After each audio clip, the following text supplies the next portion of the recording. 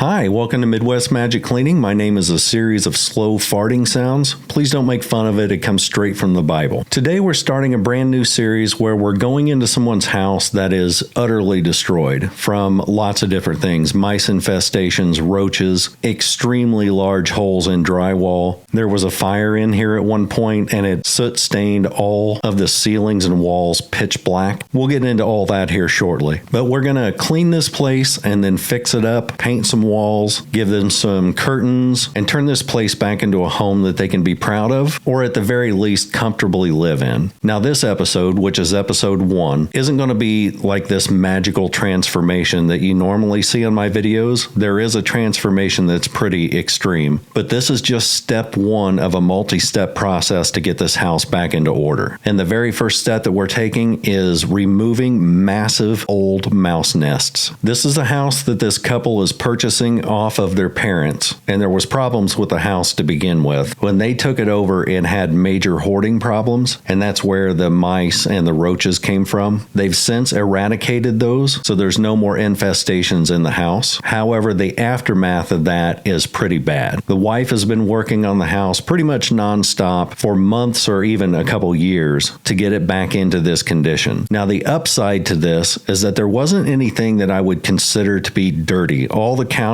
and appliances were really clean. The floors were clean. The house is just in extreme disrepair, and there are some parts of it that she just hit a wall once she tried to dive into them. This pantry is one of those. It was so bad that nobody's really accessed it for quite a while, long enough that there were canned goods that had expired in 2019, 2020. So it's been a few years since people have been in this pantry. Because of that, mice went crazy in here. They built one of the biggest nests I've ever seen, and there was so much mouse poop that I filled a 5-gallon shop vac about halfway full of just poop. So if anybody needs some extra mouse poop, I've got it. So the first thing that I had to do was get rid of all the old junk, expired food. Everything that was metal in this pantry was rusted, so there's a humidity problem or a water leak or something. So pretty much everything that was stored in here had to go. I mean, on top of the rust, it was completely covered with mouse waste. And then once I got rid of all that stuff, it would expose the shelves and the floor so that I can start cleaning up the old nests and then getting this pantry sanitized so that it could be used again. While you're watching me do that, I can tell you a little bit more about this backstory. On top of all the old hoarding stuff that they had cleaned up, they also had some roommates that were less than ideal. Those people have since gone from the house, and it left the owners to just kind of pick up the pieces after they left. That's kind of what Jason and I are doing here. You won't see much of Jason in this because he actually got pretty sick for a few days. So this first episode will just be me, but you'll see Jason in further episodes. If you don't know who Jason is, well, that's none of your damn business. Stop trying to pry into my personal life, Chad.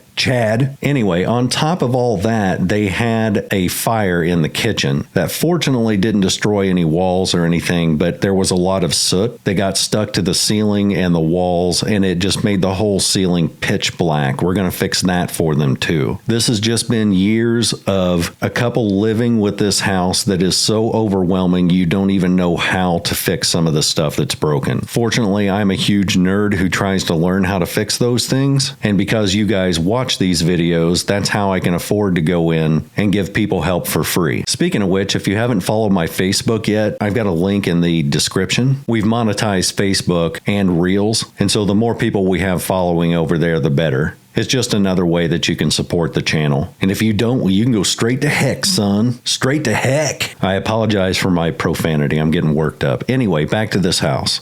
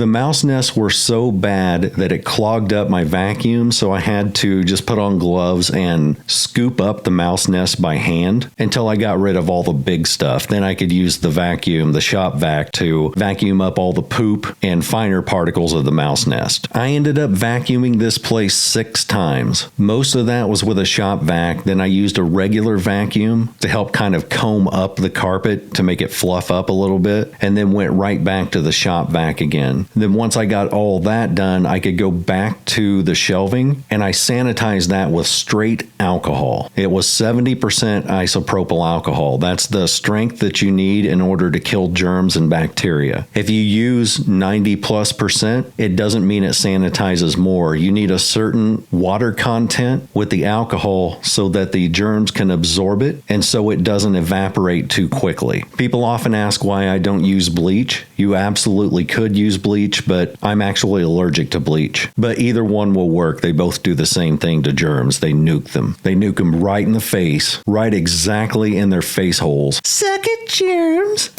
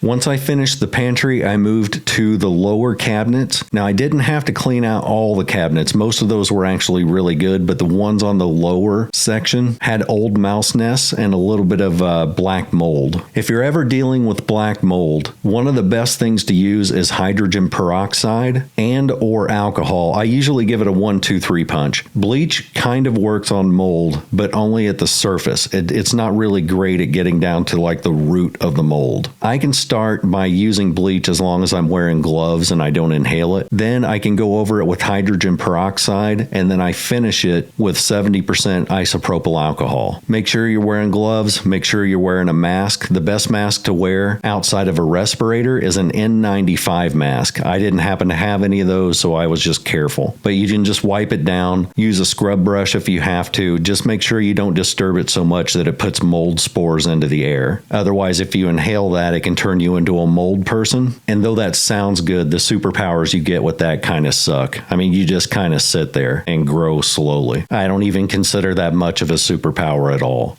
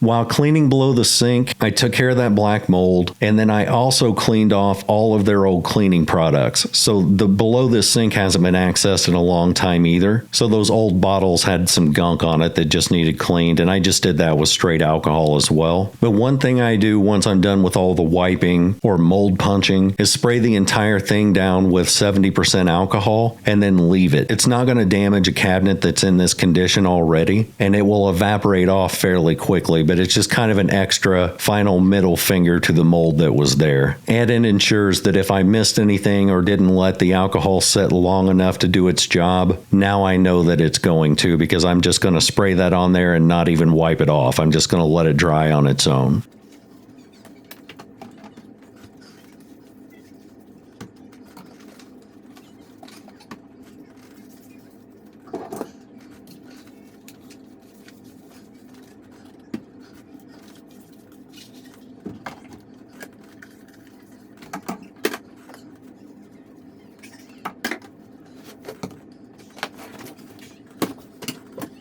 After the sink area, there's two more cabinets that are perpendicular to each other, and they also had several massive mouse nests. These cabinets haven't been used in ages for that exact reason, so we were able to throw away almost everything that existed in these cabinets. I took out everything that was in there. I think we saved one pan. Everything else went in the trash. Then I could sweep out the old mouse nest, use the shop vac to get any small piles of turds, and then punch that with alcohol the same way that we did the sink.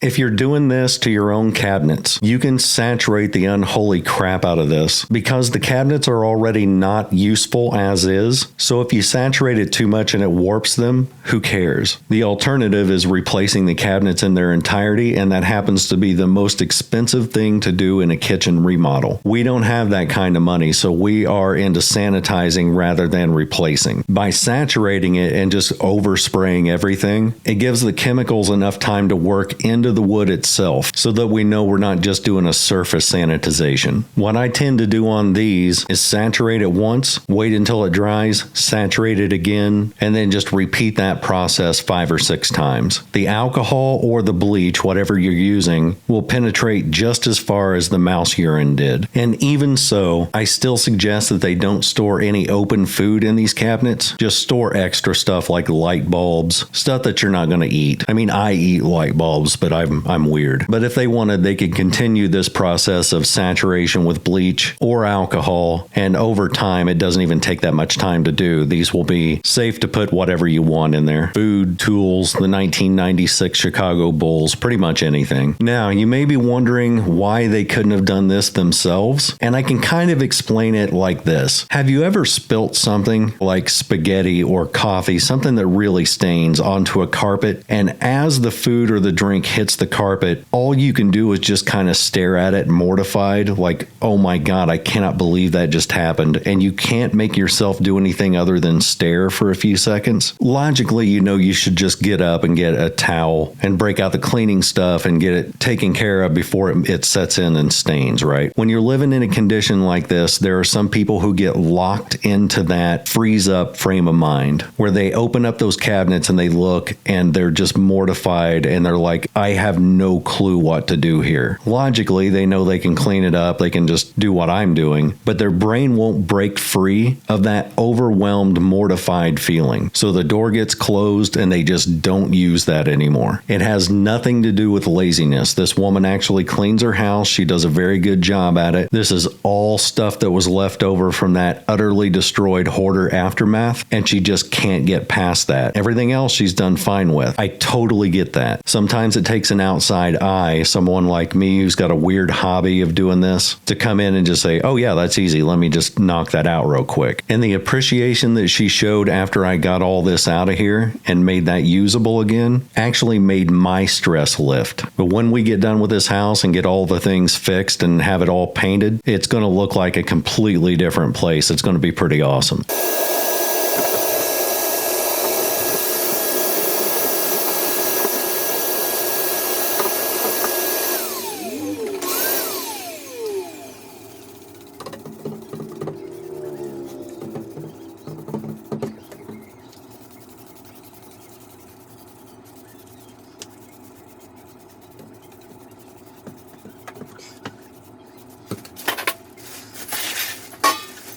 Once I was done with the cabinets, I didn't have much time left in my day to do much more, but I wanted to get some of this wallpaper off because we're going to be painting this whole thing. Now, I'm pretty sure that the wallpaper in this kitchen was original to the kitchen. So maybe 1920s through 1950s, somewhere in there. And I didn't realize it until I was about halfway through, but the material on the back side looked to me like it could have been asbestos. Once I realized that, I stopped peeling it and realized that the remaining wallpaper I could paint over because somebody had already painted over it anyway way back in the day. But you can see the remnants of that fire that happened. And that soot that's on the ceiling, it looks like it's painted black. That's actually just smoke damage. That extends into the living room, and we're going to do those ceilings as well. I'm also going to repair the holes around that breaker box. That's just a simple matter of drywall patching. But again, before I do all that, I need to get this wallpaper off of here. When we come back here for episode 2, I'll be repairing a whole bunch of this stuff using not just the drywall patches, but filling in cracks with drywall mud. We're going to be weather stripping some doors and caulking along some windows and doors that are allowing like a ton of air through. And then I need to figure out a way to reinforce the house itself so that if Jason and I break out into a breakdance battle, we don't accidentally collapse the kitchen. It's really all about prep. Anyway, we'll be back next week with episode 2. If you're not aware, we have a members only section, which gives you guys access to Discord. The second tier, I do an extra video every week, sometimes a live. And then there's a third tier I won't even talk about because it's dark. In order to go to that tier, you've got to have something wrong with you, man. And if you haven't already, give us a follow on Facebook because we're just building that channel up now, mainly because I've had so many people steal my content on Facebook that we're in the process of wiping those people out and getting them banned and copyright striked and all that. But in order to make that stick, I have to build up my own Facebook. So anyway, that's linked in the description. Members, I will see you on Wednesday. Everybody else, I'll see you next weekend with episode 2. And stick around because this is going to be a pretty crazy transformation by the time we're done. Later.